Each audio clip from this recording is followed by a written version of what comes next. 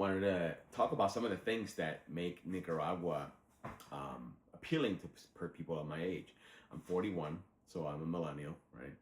And Nicaragua has this nostalgic feeling that might appeal to people my age, a little younger, even a little older. They're not as underdeveloped as people automatically assume based on some of the things you see, but it seems to nest itself perfectly in a certain era from my childhood, my peak, right? My most fond and fun memories were like age 15 to 25, 28, roughly around there. Like 2005, 2012 era is where I feel like where most of my fondest memories come of just pure entertainment, having a good time socially and other things like that. So Nicaragua, to my surprise, has a few stores that are long defunct in the US or have changed their business model significantly, but they're still thriving, or at least seemingly thriving in Nicaragua from what I've seen when I've been there. One of them is Radio Shack. Radio Shack still exists. There's plenty of Radio Shacks all over. Radio Shack has several stores, and they're exactly the way I remember them. I'm sure there are some differences from my memory to what it's actually like, but the feel and vibe is there. Radio Shack used to be smaller stores, like maybe half size of what we have now as a Five Below, right? And the people there used to be relatively knowledgeable on the products they were selling, right? So they have things that you need locally, like USB drives and wires and cables and things that a lot of us maybe not necessarily still need or are looking for. But you know, if you keep in mind that 2005 or 2008 era where everyone has a laptop and you know smartphones aren't prevalent yet, although everyone has a smartphone, so it is a hybridized version of nostalgia, right? But since not everyone has access to the most powerful smartphones, laptops and libraries and things like that, and face-to-face interactions are still something that happens every day, right? So Radio Shack will still carry printer supplies and sell printers and have advice on what to use and help you program things on your Windows laptop. It might be 5 or 10 years old, even a modern one still. It still functions the way Radio Shack used to. And you'll see that Radio Shack still has active social media pages. It's nice to see it active and engaged, right? So the next franchise that kind of gave me the giddies when I was there was Pizza Hut. Now Pizza Hut in the US hasn't been anything special for a long time, right? But I grew up in the era where it was still sit-down restaurants. And while it's not a high-end restaurant, it still felt like you were taking one step up when you went to sit down and get served. They had servers and everything at a Pizza Hut. In the US, they're just little kiosks now, and they're not that many left. But in Nicaragua, there's full server-based, host-based, sit-down Pizza Huts, and there's plenty of them. And they also have active social media pages. So that's something that you might like. It really felt like I time traveled to 2000 or 2001 and sat in a Pizza Hut and ate. It was fantastic. 10/10 recommend. Third is malls.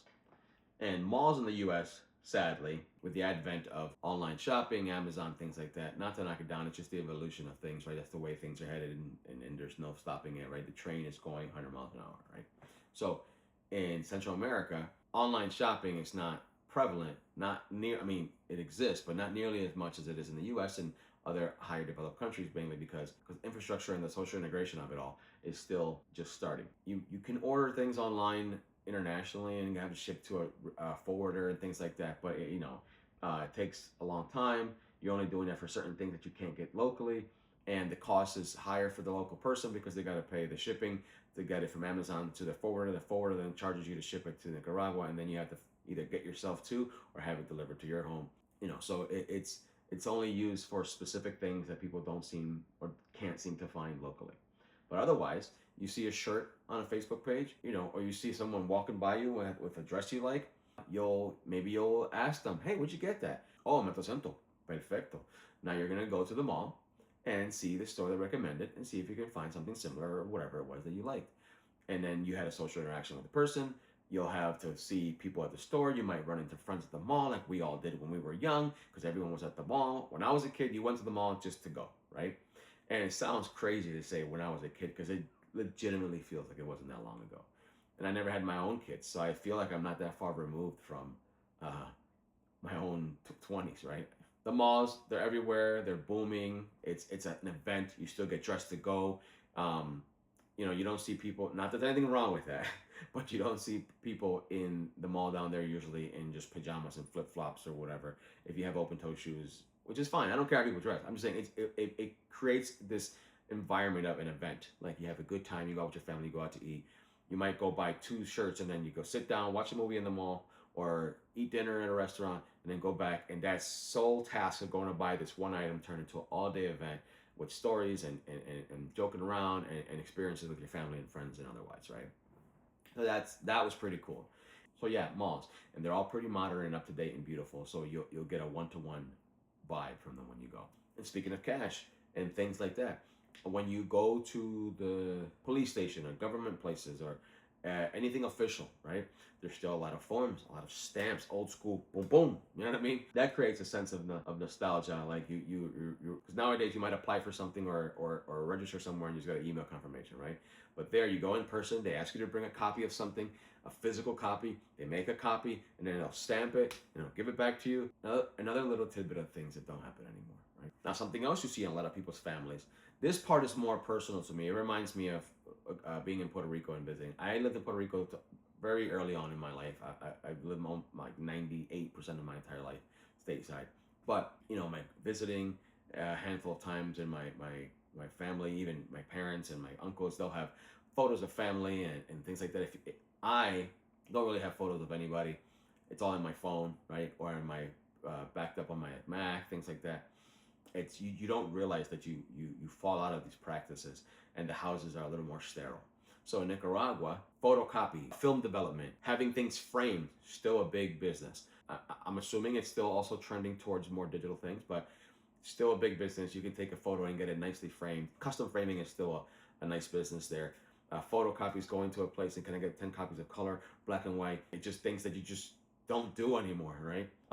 Print shops, physical signage, things like that. But everything just feels like it's 2005, 2010 still. Just the experience of going and dropping off a roll of film and speaking to someone face to face, and then the more of that you do, the more people connect with each other. And that's why something in Nicaragua that still happens is the community sense is larger because people still have to interact with each other.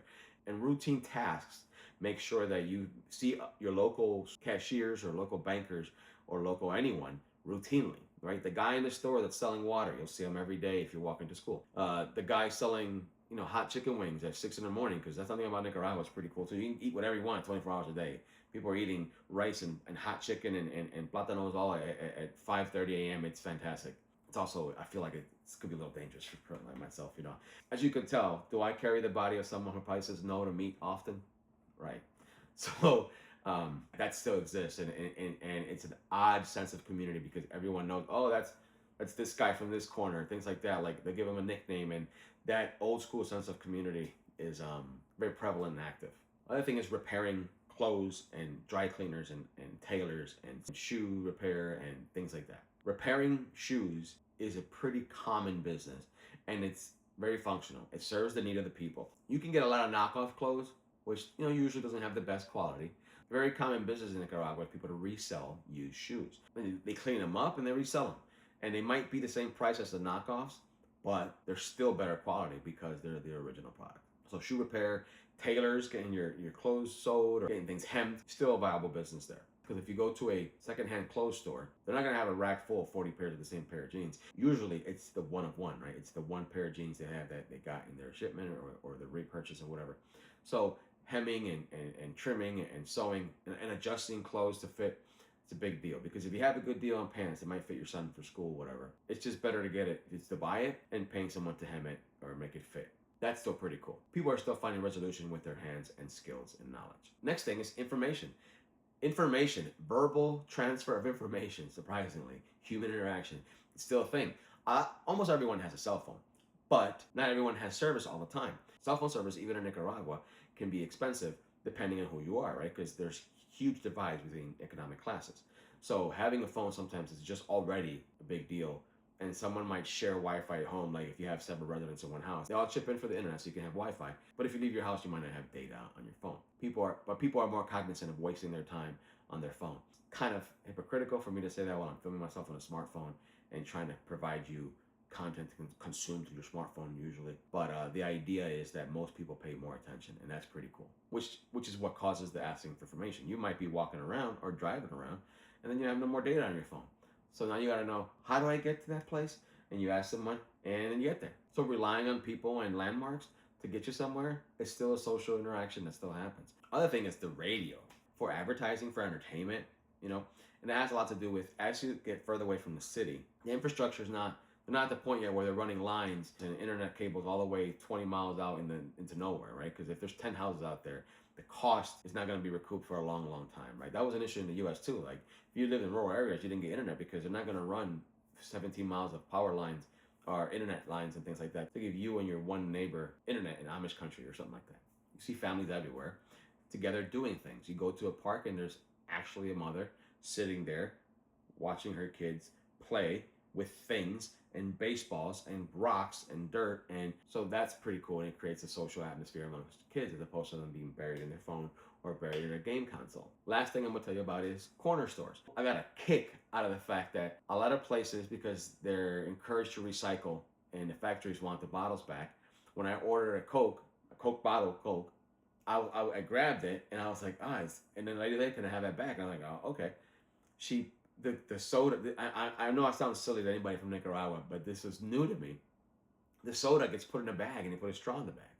So I put a picture up somewhere in here. You'll see the picture. I'll get it in here. As silly as that is, it was so much fun to experience that. And lastly, one of the nostalgic things that I saw when I was visiting and I was at the Guayacán is that the school will do like these national events or marches through the area, and the kids will all be in uniform, marching bands and singing and dancing or whatever, and other kids are just part of the group walking with their book bag on, kind of shy. But it reminds me of Puerto Rico too, where the schools just have an event celebrating some holiday, and they'll be marching through the entire neighborhoods in droves of hundreds of kids, and they're all dancing, and there's a couple of vendors on the side selling water and drinks and chips and cookies and things like that. That was super cool. I actually have a video of that I'm going to try to throw in here while I'm talking. You can watch it. Those are the things that I can think of that make Nicaragua feel nostalgic for someone who's my age. It feels like the only thing that's missing is payphones. I hope this video of me yapping to the camera again was able to give you some insight and give you something to look forward to for Nicaragua if you ever visit or decide to live there or take an extended stay there. Thank you for watching again.